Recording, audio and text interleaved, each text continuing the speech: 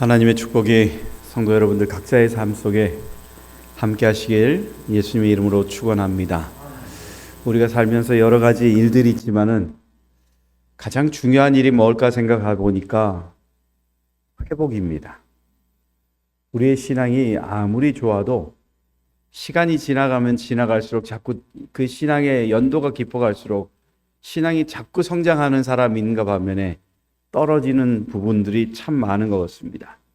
그래서 오늘 설교 제목을 뭘로 정했냐면 영적 열성을 회복하라는 것입니다.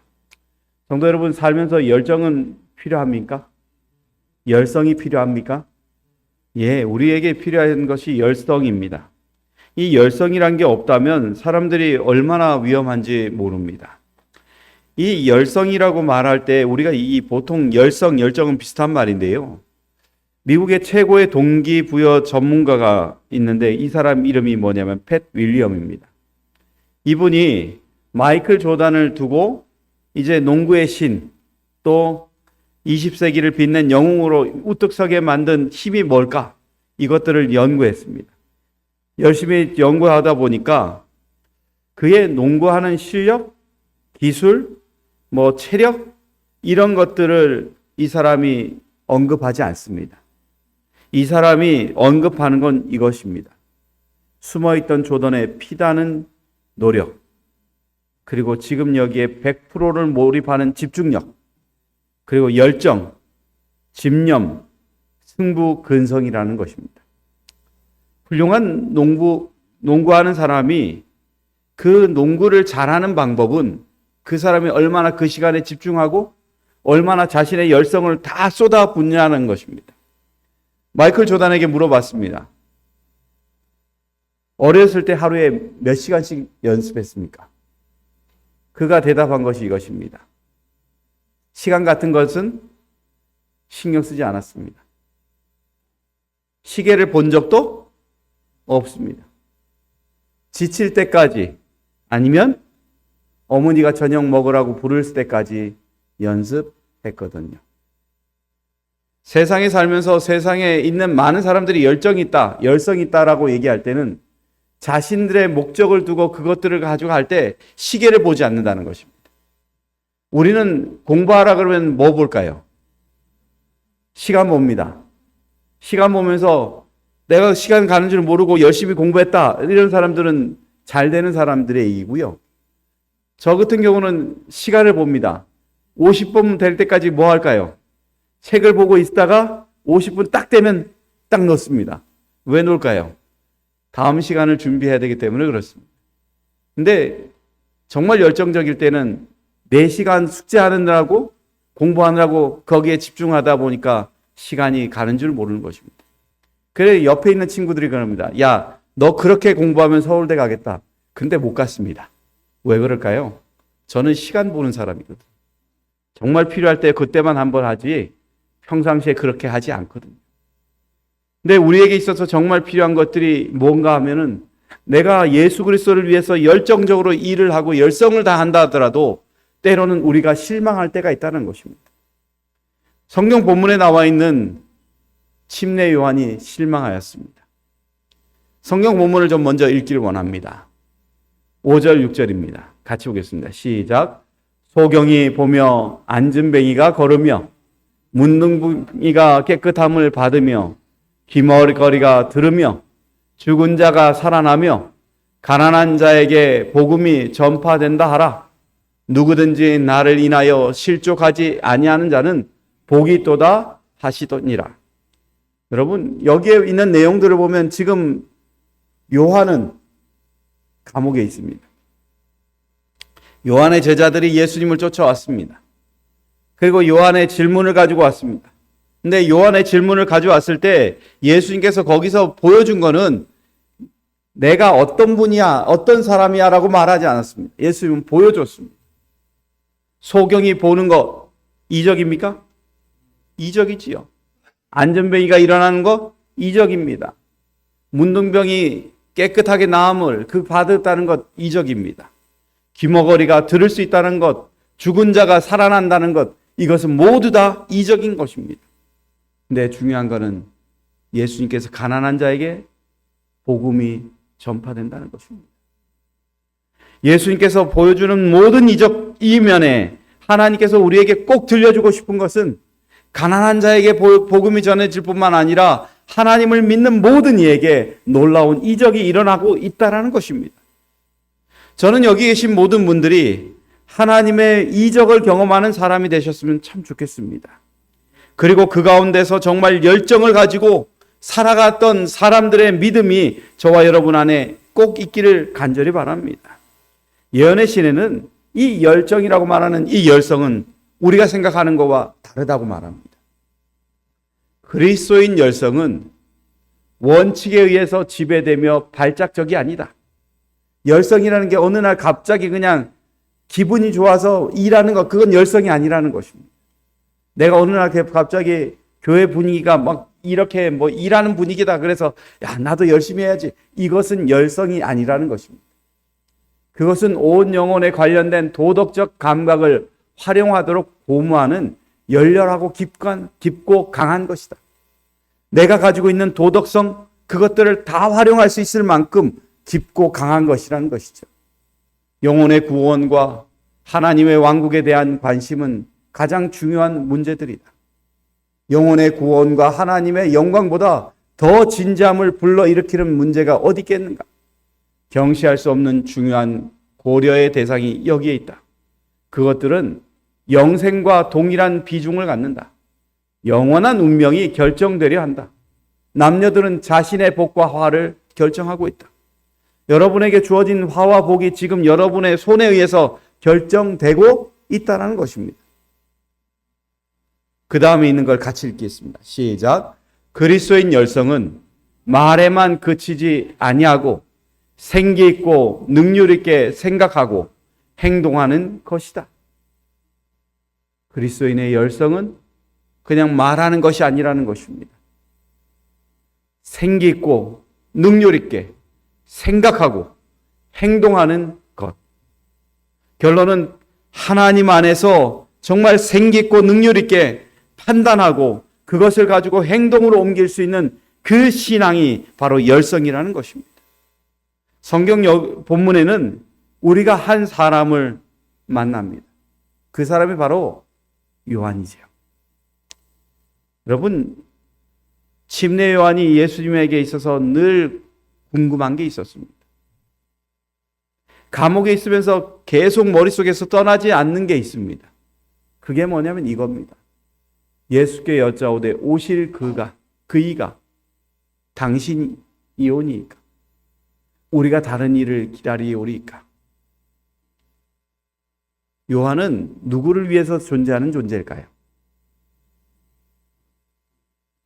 요한은 메시아라고 말하는 예수님을 위해서 있는 존재입니다. 예수님의 오는 길을 닦아줘야 되고, 그리고 예수님께서 오셔서 그 많은 사람들에게 구제나 구원하는 이 모든 것들을 위해서 예배하는 일을 그는 전적으로 준비한 사람입니다. 그는 태생이 다릅니다. 예수님과 달라요. 누가복음 1장 15절에서 17절에 보면은 그는 누구의 아들로 태어납니까? 사가랴의 아들로 태어납니다. 근데 사가랴의 아들로 태어날 때 그는 애초에부터 구분되어 있습니다. 포도주나 소주를 마시지 아니하며 모태부터 성령의 충만함을 입어 이스라엘 자손을 주 곧 저희의 하나님께로 많이 돌아오게 하겠습니다. 그의 목적 자체가 예수님께 많은 사람을 돌아오게 하는 일을 그가 하게 됐다는 것입니다. 그는 태생부터 다른 거죠. 그런데 그가 정말 예수님을 위해서 일을 열심히 했는가? 그는 열심히 한 사람입니다. 정말 예수님을 위해서 준비하였고 그 모든 것들을 위해서 계획하고 살아갔던 사람입니다. 그런데 그가 감옥에 갇히고 난 이후에 그는 하나의 문제가 생겼어요. 그가 예수님을 위해서 온 열성을 다했음에도 불구하고 예수님은 잔잔하다는 것입니다. 여러분, 사람이 살면서 나는 열정을 있는데 다른 사람이 열정이 없는 것처럼 보이면 열정이 식을까요? 더 폭발할까요? 참 난감하죠. 근데 제 동기 중에 열정이 많은 친구가 있습니다. 이 친구는 일을 하는데 그냥 보통 하지 않아요. 죽을 똥 살 똥하고 합니다. 그래가지고 저희들이 일하는 게 승에 차는가? 하나도 안 차요. 자기는 10가지 일을 20가지를 벌려놓고 저희는 1가지 2가지에 목숨 걸고 하고 있는 모습이 성이 안 차는 거예요. 그래서 매일마다 와서 합니다. 형은 그렇게밖에 안 해? 형 설교 그렇게 하면 안 돼. 사실 뭐 이것저것 관여하는 게 아니에요. 많이 관여해요. 여러분, 저인데 와서 그 친구가 한마디 한마디 던져줄 때 제가 웃으면서 얘기하지만 속으로 그게 기쁠까요? 슬플까요? 기분 나빠요.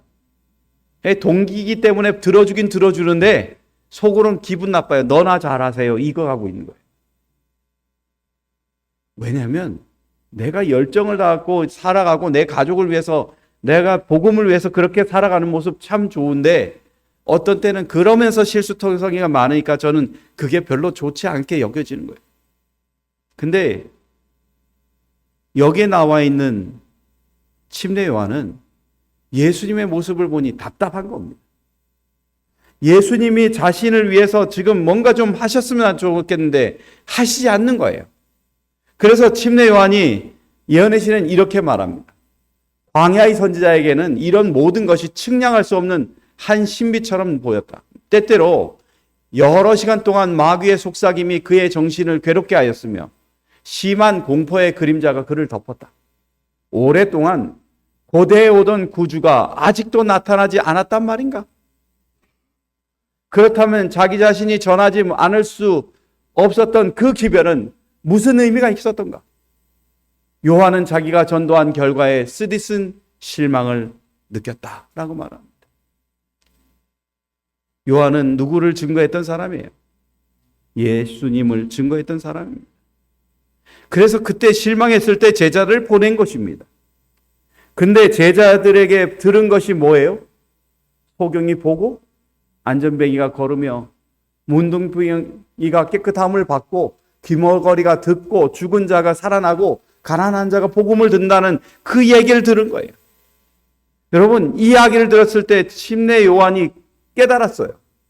자기가 생각하고 있는 열정과 하나님께서 계획하는 열정이 다르다는 걸 알았어요. 하나님은 어느 쪽에 관심을 갖고 있냐면 상처받은 자에게 관심이 있습니다. 죽을 수밖에 없는 자에게 관심이 있어요. 예수님께서 오신 목적은 이 세상에 와서 힘으로써 모든 걸 찬탈하는 그런 권력이 아니라 또 다른 뭔가 있다는 것들을 그는 기억했다는 것입니다. 그래서 예언의 시는 이렇게 말합니다. 요한은 이 말씀을 뭐 하지 않았다? 간과하지 않았다. 그는 이제 그리스도의 사명의 본질에 대하여 더욱 명백히 깨달았으므로 그가 사랑하던 사업의 최선의 유익을 위하여 살든지 죽든지 자신을 하나님께 굴복시켰다. 예수 그리스도께 나와 있던 이 모든 것들을 보고 나니 이제 그는 하나님께 전적으로 굴복했다는 것입니다. 내가 알고 있는 지식, 나를 지금 이 감옥에서 꺼내줘야 되는 예수님이 있기를 바랬는데 그분이 날 꺼내주지 않더라도 그것들을 순종했다는 거예요. 여러분, 우리가 하나님의 백성으로 살면서 내가 공경에 처했을 때 하나님이 단번에 거기서 꺼내줬으면 하는 바람을 가져볼 때가 있었나요? 있었어요. 정말 이 고난에서 단번에 그것들을 해결해주고 그냥 끄집어내서 내가 하나님이라는 걸 보여줬으면 하는 때가 너무나 많습니다. 근데 여러분, 하나님에게 있어서는 지금 그보다 더 중요한 걸 우리 마음속에 기억하길 원하는 것입니다. 말썽 많은 사람, 그 사람을 향해서 복음을 들고 가는 게 쉬운 일일까요? 어려운 일일까요? 어렵죠. 듣지 않으려고 하는 사람에게 복음을 들고 가는 게 쉬운 일일까요? 어려운 일일까요? 어렵습니다. 근데 예수님은 한 영혼이라도 구원받을 수 있다면 그것을 선택하고 그들을 위해서 목숨을 버릴 수 있는 하나님의 진정한 모습을 보여주기를 원하시는 것입니다. 그리고 오늘날 우리 하나님의 백성들이 그것들을 따라가기를 원하는 것이 하나님의 뜻이라는 것입니다. 저는 여기 계신 분들에게 지금 당장 답이 없더라도 하나님께서 그것을 통해서 우리에게 주시고자 하는 목적이 분명하다면 그것들을 선택할 수 있는 믿음의 시각이 있기를 예수님의 이름으로 축원합니다. 그래서 우리는 정말 예수님을 받아들여야 됩니다. 예수님에게 질문했던 그 질문이 이것입니다. 예수님, 당신이 오시기로 했던 그분이십니까? 아니면 우리가 다른 사람을 기다려야 됩니까? 여러분, 예수님은 우리에게 끊임없이 얘기해 줍니다. 나는 너희들에게 갈 자라고 말합니다. 성경이 말할 때 시편 118편 26절에 이렇게 말합니다. 같이 읽어볼까요? 시작. 여호와의 이름으로 오는 자가 복이 있으며 우리가 여호와의 집에서 너희를 축복하였도다. 이렇게 말합니다. 여기에 오신다는 말이 뭐냐면 에코코메노스입니다. 오실 분이라는 것입니다. 약속하신 분이에요. 하나님께서 약속하신 사람들의 분이 그 사람들에게 갈 때 그 사람들에게 가는 목적이 다르다는 것을 보여주는 것입니다.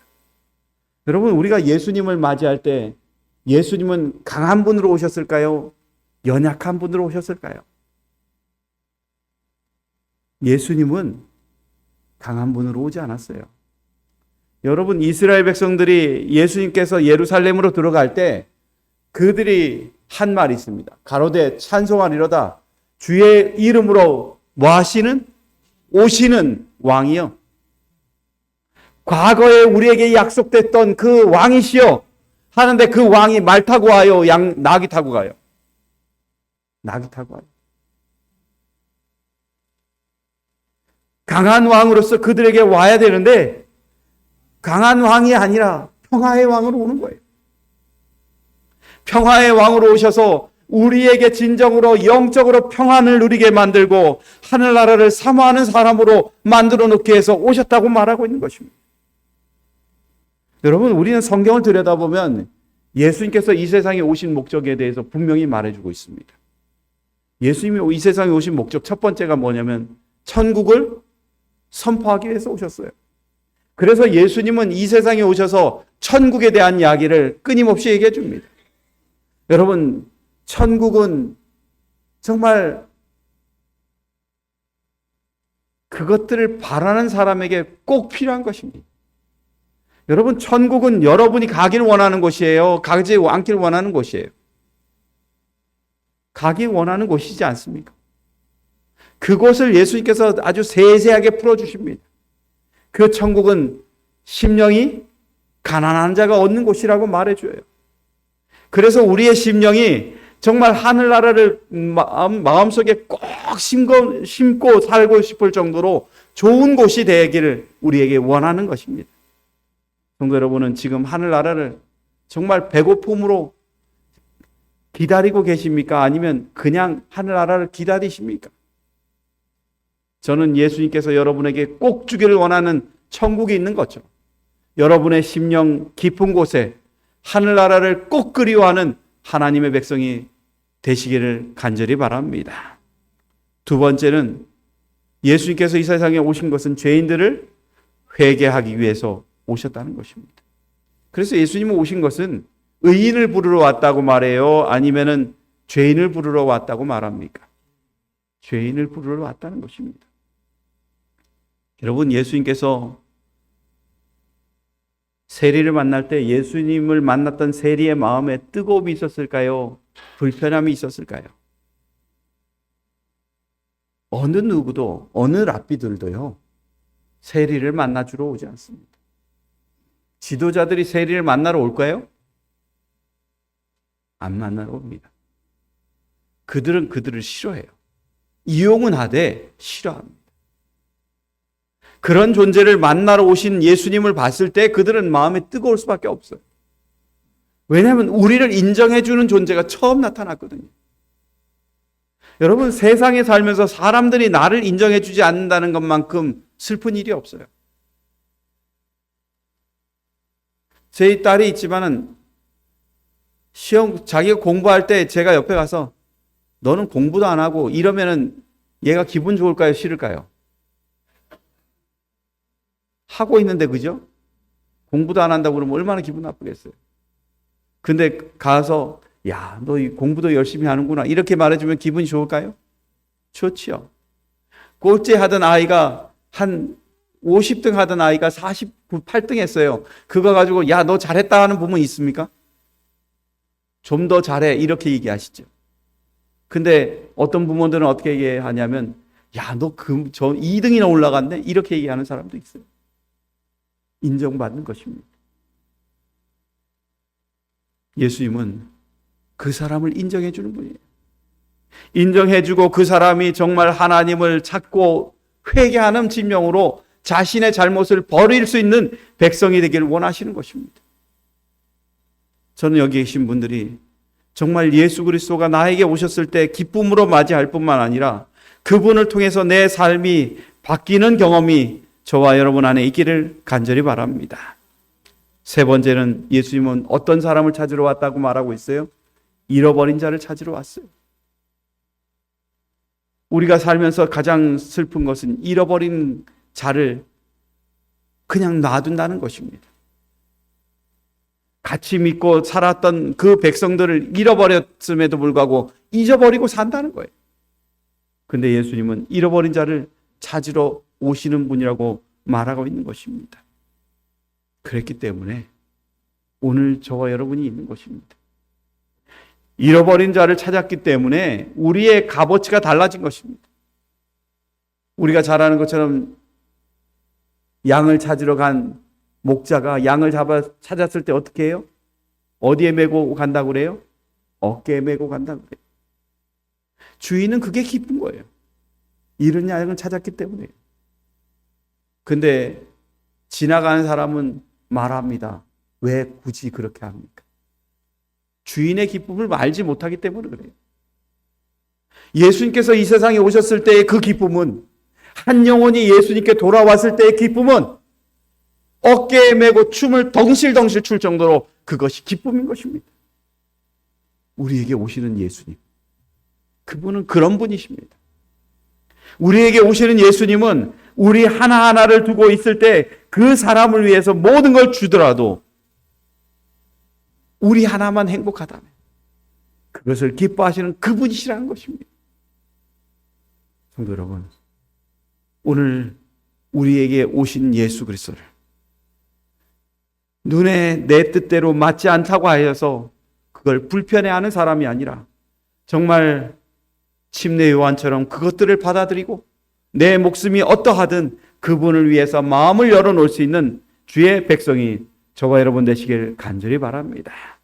그래서 우리는 이제 예수 그리스도를 통해서 정말 그분이 오실 길을 기다리는 사람으로 앞으로 준비하는 사람이 되어야 된다는 것입니다. 여러분, 예수님이 오시기까지 아무도 것도 판단하지 말라 할 때 이것이 예수님이 오셨을 때를 말하나요? 아니면 예수님 재림을 말하는 건가요? 예수님의 재림을 말하는 것입니다. 여러분, 예수님을 재림이 되면은 우리 각자 가지고 있는 품성들이 다 그때는 다 드러날 것입니다. 지금은 사람들에게 잘 드러나지 않아요. 여러분, 제가 여기 서 있을 동안은 착한 사람 같아요? 나쁜 사람 같아요? 여기 있을 동안만 착한 사람입니다.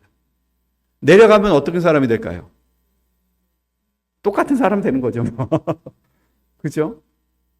이것들을 준비하기 위해서 기도하면서 설교를 준비하지만 내려가면 똑같은 삶을 살아가고 있는 거예요. 그러면서 살아가고 있는 연약함이나 이런 모든 것들이 그때는 드러나는 거죠. 그 어떤 목사님 사모님은 그러잖아요. 목사님 아침에 단위에서 기도하는 모습 보면서 입을 갖다 주잖아요. 왜요? 여기서 나오지 말라고요. 여기 있을 때는 정말 좋은 목사님인데 집에만 오면 좋은 목사님이 안 되니까요. 근데 여러분, 예수님 재림하실 때는 모든 사람의 잘못이 다 드러날 거고, 그런 반면에 예수님이 오실 때는 그때는 우리의 유일한 피난처요 성소가 되시는 예수님을 만날 수 있음을 얘기하는 것입니다. 그러게 여러분, 오늘 이 시대가 주님이 오시는 그 시대라는 것들을 기억하시고 예수님을 오시는 예수님을 맞이하는 그 신앙이 저와 여러분 안에 앞으로 있게 되기를 예수님의 이름으로 축원합니다. 요즘 시대를 보면 참 힘들어요. 미국에서 일어나는 사건이나 이 여러 가지 사건들을 보면 참 성경에 예언된 대로 그 말이 맞아요, 틀려요? 맞아요. 근데 사람들은 그걸 믿어요, 안 믿어요? 안 믿어요. 성경에 보면 요한계시록 13장 11절에서 12절에 이렇게 말합니다. 내가 보면 또 다른 짐승이 땅에서 올라오니 새끼 양같이 두 뿔이 있고 용처럼 말하더라. 저가 먼저 나온 짐승의 모든 권세를 그 앞에서 행하고 땅과 땅에 거하는 자들로 처음 짐승에게 경배하게 하니 곧 죽게 되었던 상처가 나은 자니라. 환경적인 것들은 지금 벌써 우리에게 예수님 재림하실 때가 됐다고 얘기하고 있어요. 근데 사람들은 그거 관심 가져요, 안 가져요? 안 가져요. 여러분, 정치적으로 이제 예수님 오실 때가 가까웠다고 지금 소문이 나고 있어요, 안 나고 있어요? 나고 있어요. 우리가 잘 아는 것처럼 미국의 대통령이 관세 하고, 그리고 어느 날 갑자기 나라가 다니면 한 나라 대통령도 그냥 체포해가지고 오고, 이때까지 미국을 보지 못했던 우리가 다 보고 있어요. 그리고 천주교가 이제는 미국의 대통령 취임할 때 거기 가서 뭐 해줘요? 신부가 축도해줘요. 그런 모습이 하나씩 나오고 있어요. 우리가 상상하지 못하는 시기가 지금 우리 눈앞에 지금 있는 시대예요. 그런데 하나님 뭐 하고 있냐고 생각할 때가 때로는 너무나 많습니다. 그리고 최근에 재림 마을에 보면은 재림교회가 성명을 하나 냈어요. 뭘 냈냐면 일요일 협령을 위한 미국의 준비 때문에 그래요. 워싱턴 DC에 있는 한 단체가 통일된 휴일을 법으로 정하자고 제안했습니다. 이는 모든 미국인의 종교 자유를 심각하게 무시하는 처사예요. 헤리티지 재단이 발표한 가족을 구해 미국을 구하자라는 문서는요, 영적 참여를 장려하고 근로자들에게 정기적 휴식을 준다는 명목을 내세웁니다. 그러면서 주정부와 지방정부가 일요일 상업 활동을 뭐하게 만들고요? 제한하게 만들어요. 그러면서 이제는 일요일 협령도 곧 뭐하게 만드는 거예요? 법령으로 통과시킬 준비를 다 하고 있는 거예요. 이런 시기가 되었어요. 우리는 이제 뭐로 이것들을 해결해야 될까요? 우리는 예수님의 재림이 가까웠음을 알고 침례 요한처럼 이제는 그것들을 위해서 내가 열성을 다시 한번 회복시켜야 된다는 것들을 기억하고 살아가야 된다는 것입니다. 그러게 여러분, 오늘 여러분에게 가까이 오신 예수 그리스도를 맞이하기 위해서 영적 준비를 하는 하나님의 백성이 저와 여러분 되시길 간절히 바랍니다. 그래서 성경에 말합니다. 주의 날이 뭐와 같이 온다고요? 밤에 도적같이 온다고요.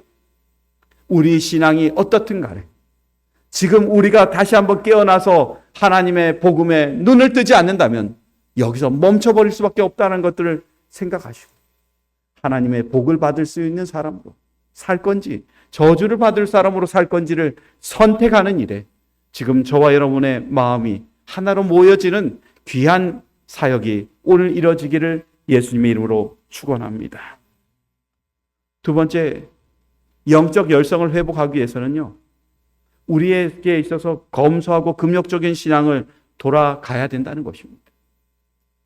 여러분, 우리가 잘 아는 것처럼 요한이 했던 게 뭐예요? 약도의 털옷을 입고 허리에 가죽띠를 띠고 있었어요. 근데 이게 똑같이 이거를 한 사람이 누군지 혹시 기억하세요? 이거와 똑같은 복장을 했던 존재가 있었어요. 혹시 기억하세요? 예, 엘리야예요. 엘리야가 했던 것들 한번 보세요.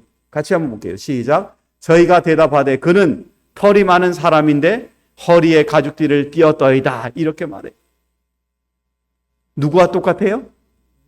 엘리야와 침례 요한이 똑같아요. 그래서 그 침례 요한은 엘리야의 모습을 잘 나타내는 사람으로서 우리에게 나타납니다. 근데 여러분, 정작 중요한 거는 그 의복에 중요한 것이 있다는 것입니다. 그 의복이 왜 있냐는 것이에요. 여기에 보면 예언의 시에 이렇게 말합니다. 그들의 검소한 의복으로 교만과 허영 그리고 세상의 낭비를 또 쾌락 사랑하기를 즐기는 말로만 믿는다고 하는 사람들을 책망해야 하지 않겠는가? 하나님은 그의 백성들에게 이것을 요구하신다. 교만은 그분의 말씀에서 책망을 받는다. 옷을 입는 것, 그들이 뭐해질 수 있기 때문에, 교만해질 수 있기 때문에 그래요. 여러분, 우리에게 또 이런 말씀이 있습니다. 우리를 의복에 입서서 매우 검소하게 해주고 선한 일에 열심 있게 해줄 것이므로 우리는 특별한 백성으로 특정 지어질 것이다 라고 말합니다.